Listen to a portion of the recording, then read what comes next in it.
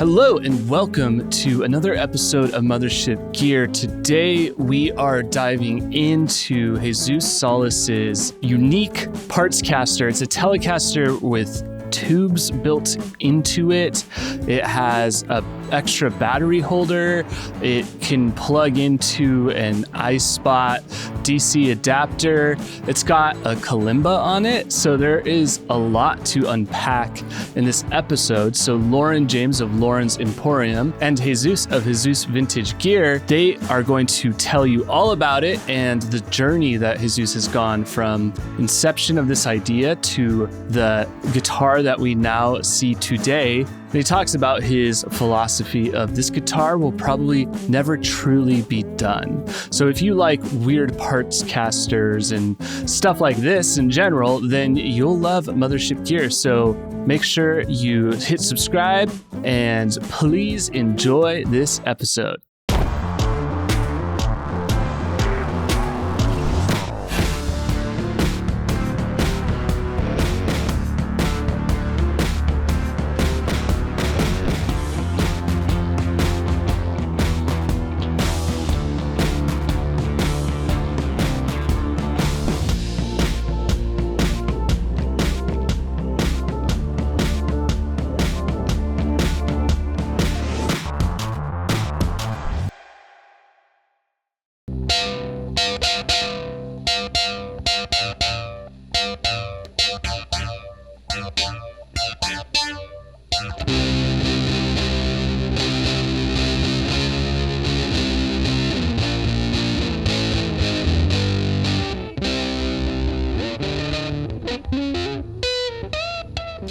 Hello and welcome back to Mothership Gear.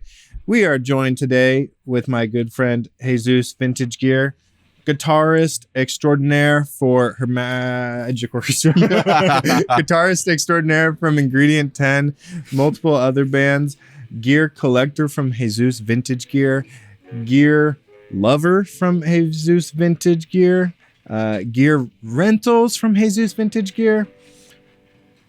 Anything you want, you'll find it here at Jesus Vintage Gear. Oh, yeah. You'll even find guitars that want to be amps, that want to be pianos, that want to be B-benders, that want to be battery holders, that want to be art pieces.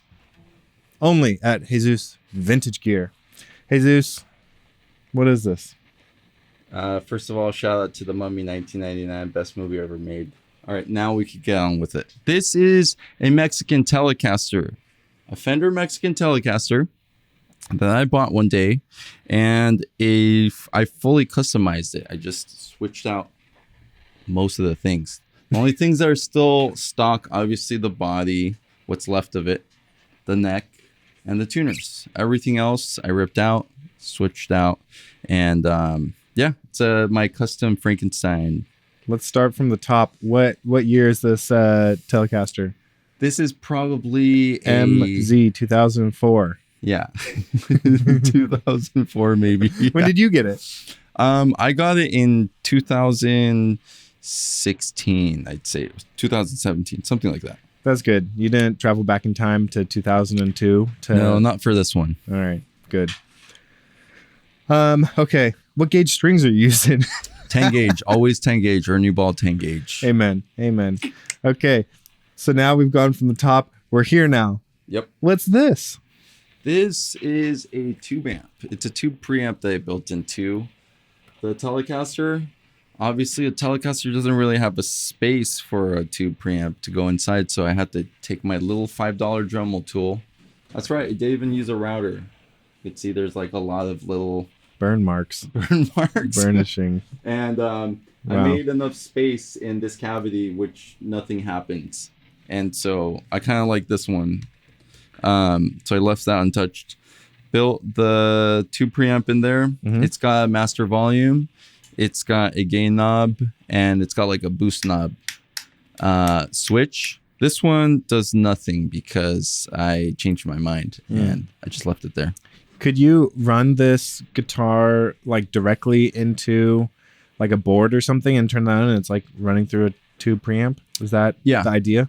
Yeah, so it's like I usually like using a wireless instrument pack, like a wireless cable, and right now I'm wired in. But Thank God. with that, yeah, I wanted to be able to do a lot of things while being away from my pedal board, while playing live and stuff. So the overdrive. Also, I've always loved the sound of a overdriven tube amp, and why not have two? One here, one there. One everywhere. One down there. One down there. Yeah. Nice. Okay, we're making our way down. We're making our way downtown. Made our way downtown. So we have, it looks like 2 single coil pickups. Mm-hmm. Those look pretty normal. Yeah. Standard issue. And compensated brass saddles because you like to play in tune. Oh yeah, I swapped that out. First thing, the stock Mexican one that came with this one, not good. What was wrong with it? Why do you like these ones? It just looks cooler. It just looks older. That's the best part about guitars. I know nothing about the brass and what it does. I just liked it, but it's good to know now. Yeah. That's the best part about guitars. You can just buy them because they look cool and they make you feel good. You don't need to know everything about them as long as you are inspired. And this obviously inspired Jesus. Yeah. Moving on. Should we go left? Should we go right? Left. Right. Let's go Left. right here. To your left. Yeah. What is that? So actually, this is the first thing I did on the guitar. The next thing was I put in this, it's a Hipshot, it's a brand. They make modular additions to like a Telecaster or maybe other guitars. The more standard one's the B-bender. So just like for your country licks.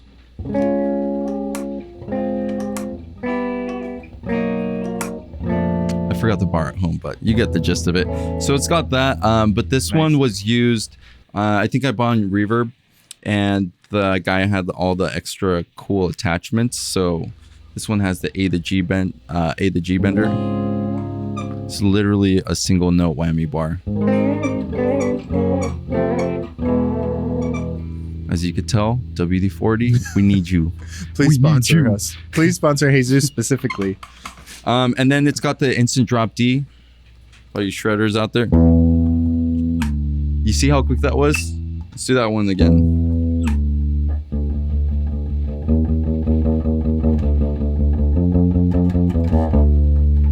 And then go back to your standard issue life. And no one's going to know. They're never going to know. No one's going to know. Cool. And yeah, so for this went through several prototype stages. The tube preamp, I built it to run on a one spot 9-volt, as you can see right here. It's got that. But since I'm going wireless, I didn't want to be tied to like making a voltage cable that also has a signal. And then also it's a hazard. So then I decided to run it on 9-volt batteries, but they would drain really quickly. And I'm a businessman. A lot of batteries is bad for the earth and bad for my wallet.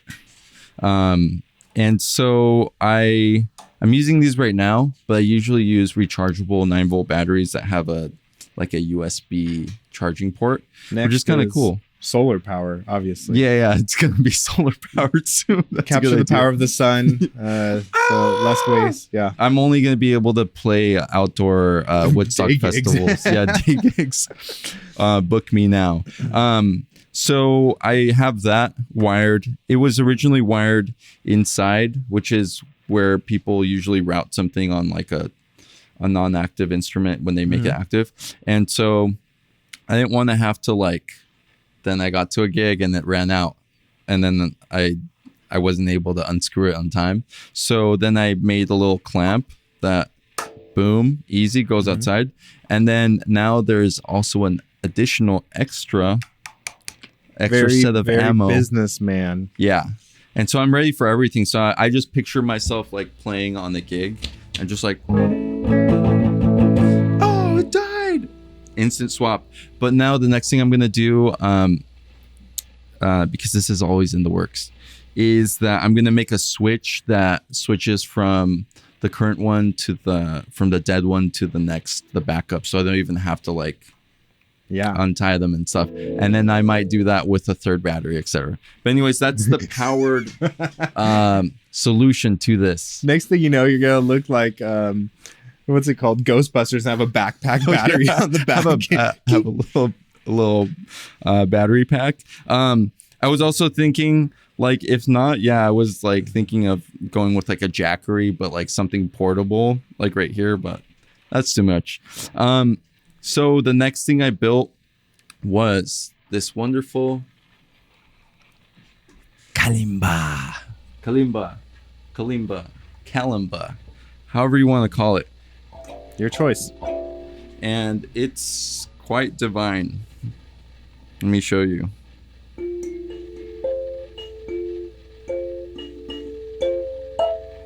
And give us some use reverb. it with some reverb, and you know.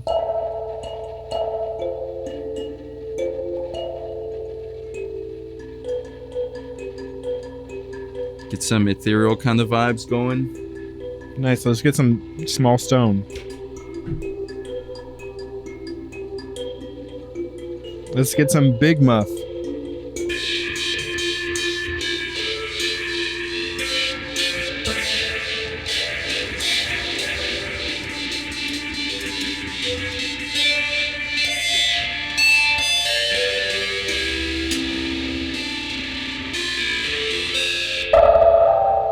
So yeah, for little interludes in the songs where it gets pretty quiet, I just mess with this guy. That's pretty cool. That's almost like we were saying earlier. It's like having like a mini Rhodes attached. When you turn on like the overdrive and the reverb, you get like a faux Rhodes sound.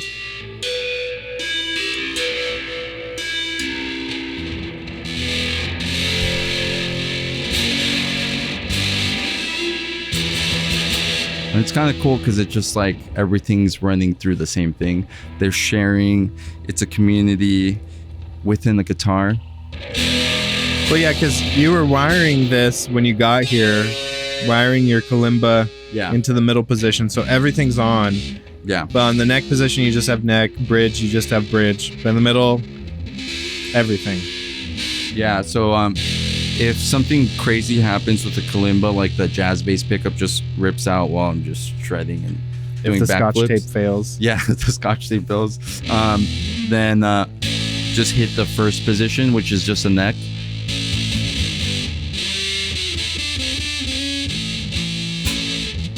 And when I want to introduce this guy, and literally all the pickups.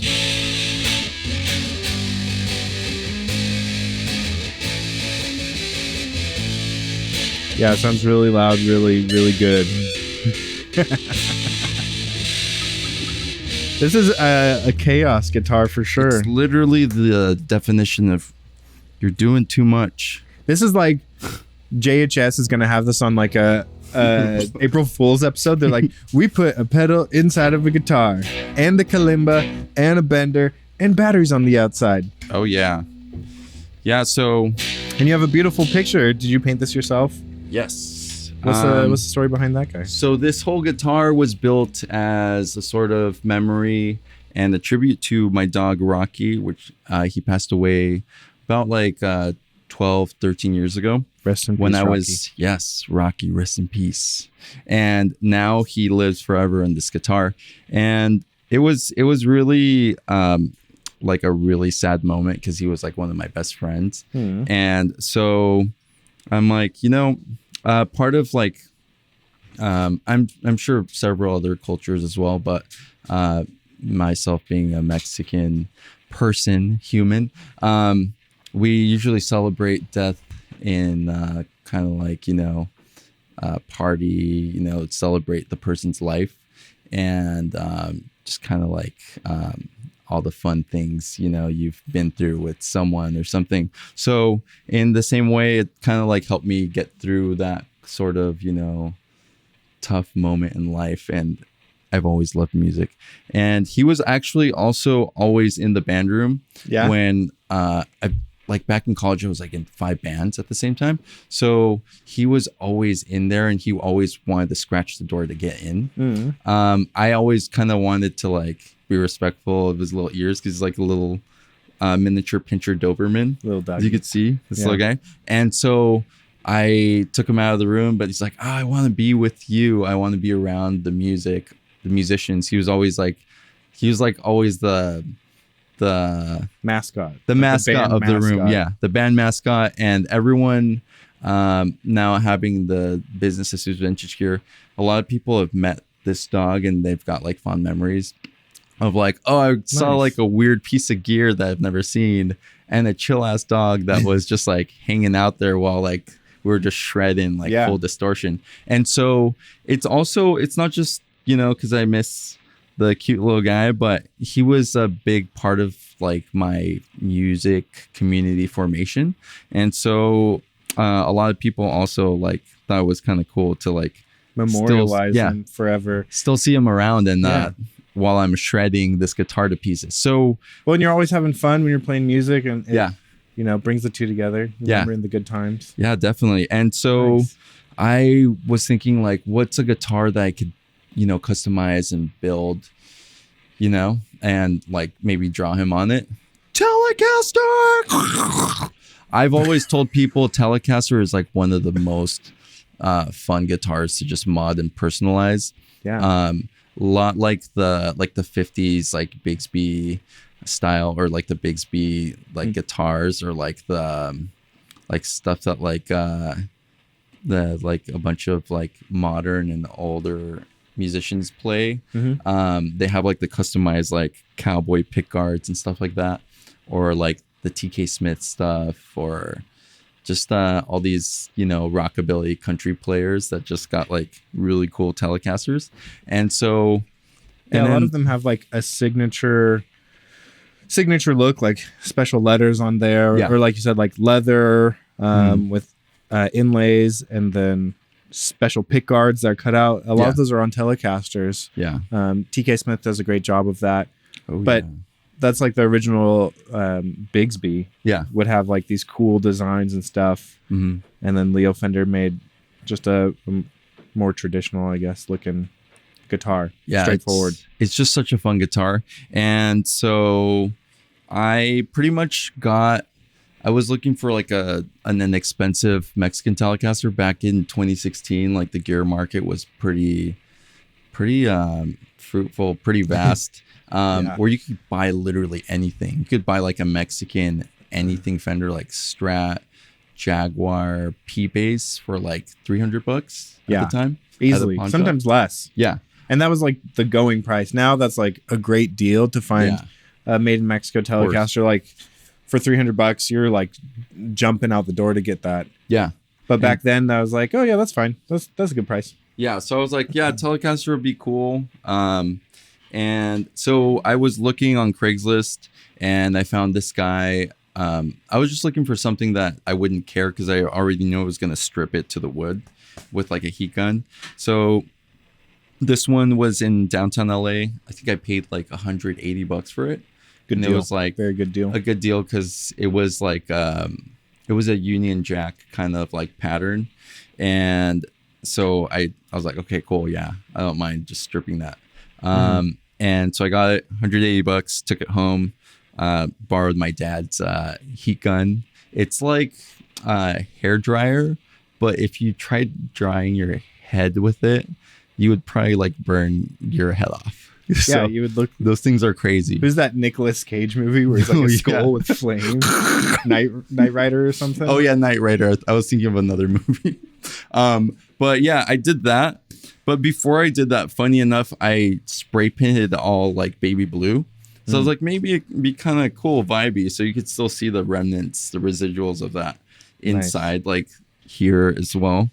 And then I kind of got tired of that like 2 hours later, and I just like stripped it all and like chiseled everything off.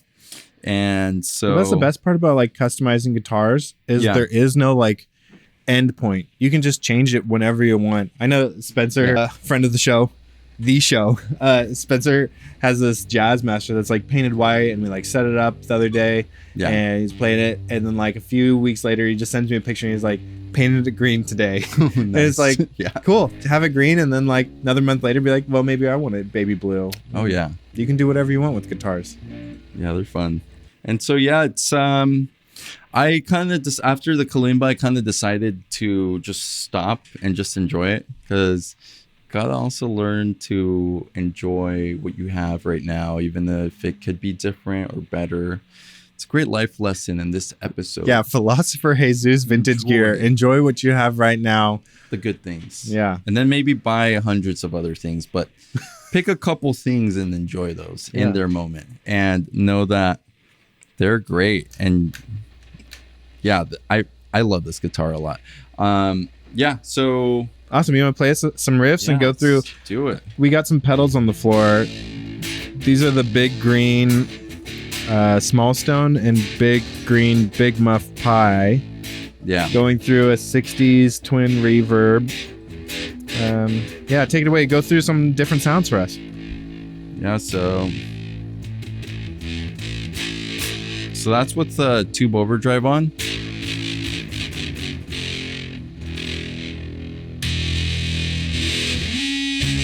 And then this is just clean without the tube overdrive.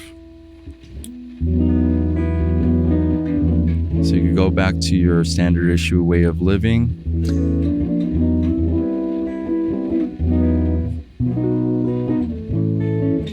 And then later, I'm gonna, since this is always in the prototype stage, I'm gonna have the switch wired to my brain so I could just like intuitively turn it on and not have to do this. Elon Musk.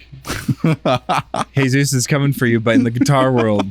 Brain Link Telecaster. Switching.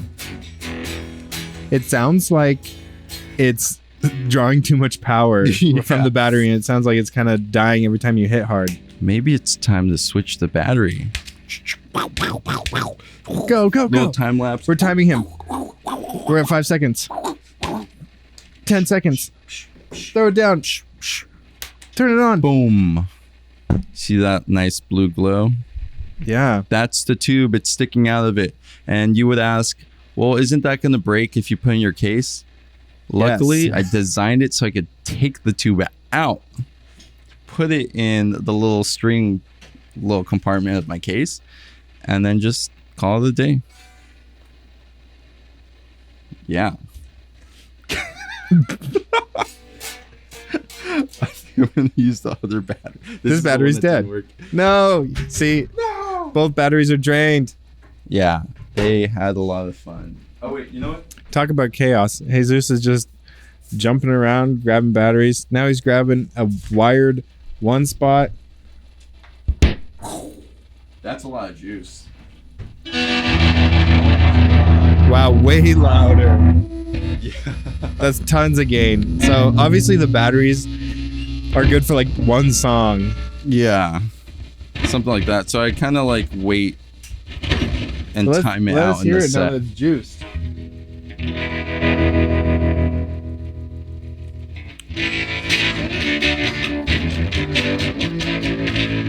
Okay, so let's do this real quick. So right here, we've got like the gain down and then the master volume up.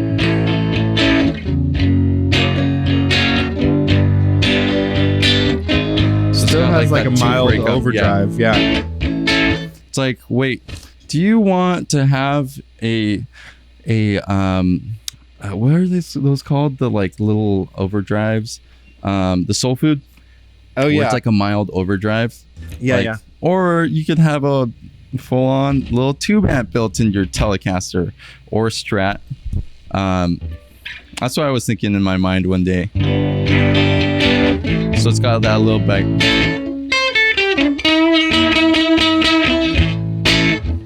Now let's try with turn the volume down a little bit. The volume down, gain up. Yeah, volume down, gain up.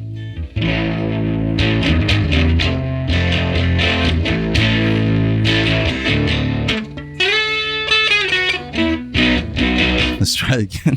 It has like fuzz-like qualities where it overdrives like the low end Yeah. first too. Yeah, it's a fun one. And I always like to put my tone all the way down.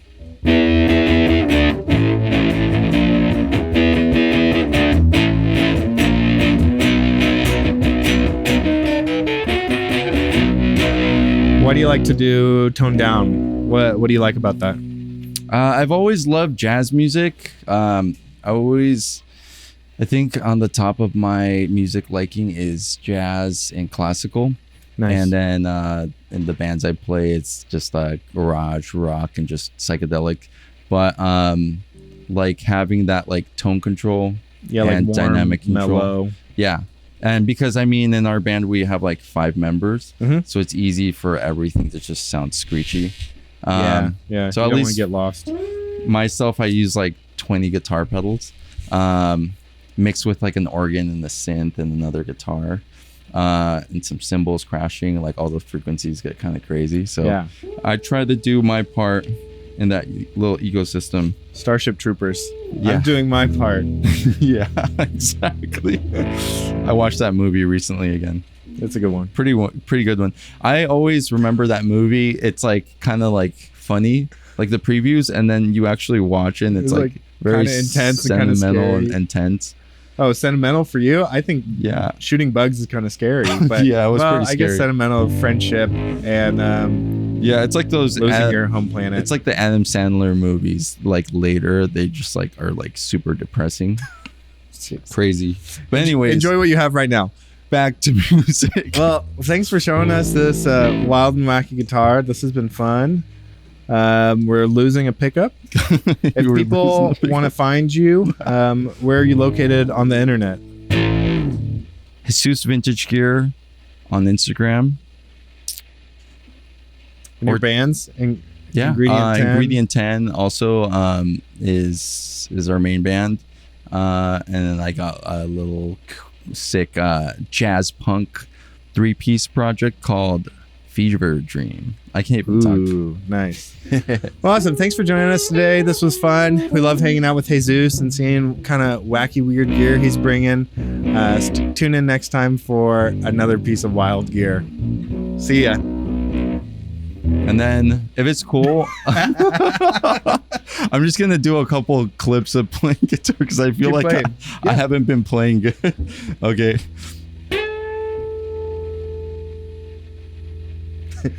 Bye, guys. If it's cool, just one more thing.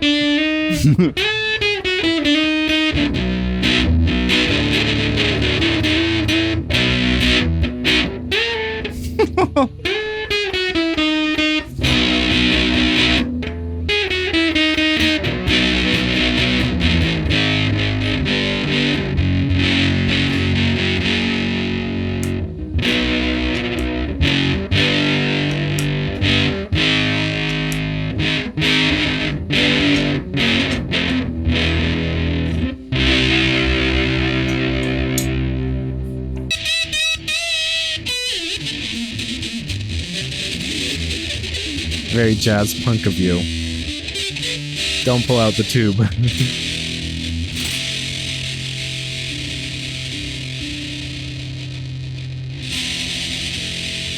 Thank you. Thanks for joining us. Telecaster. Thank you so much for watching Mothership Gear. I'd love to thank Jesus of Jesus Vintage Gear and Loren of Loren's Emporium for hopping on this episode and unpacking this really cool guitar for us. So if you guys want, please subscribe here to Alfonso Inc. for all Mothership Gear episodes that we have in the works. And make sure you leave a comment, like, and subscribe. And we will see you guys next time. Bye.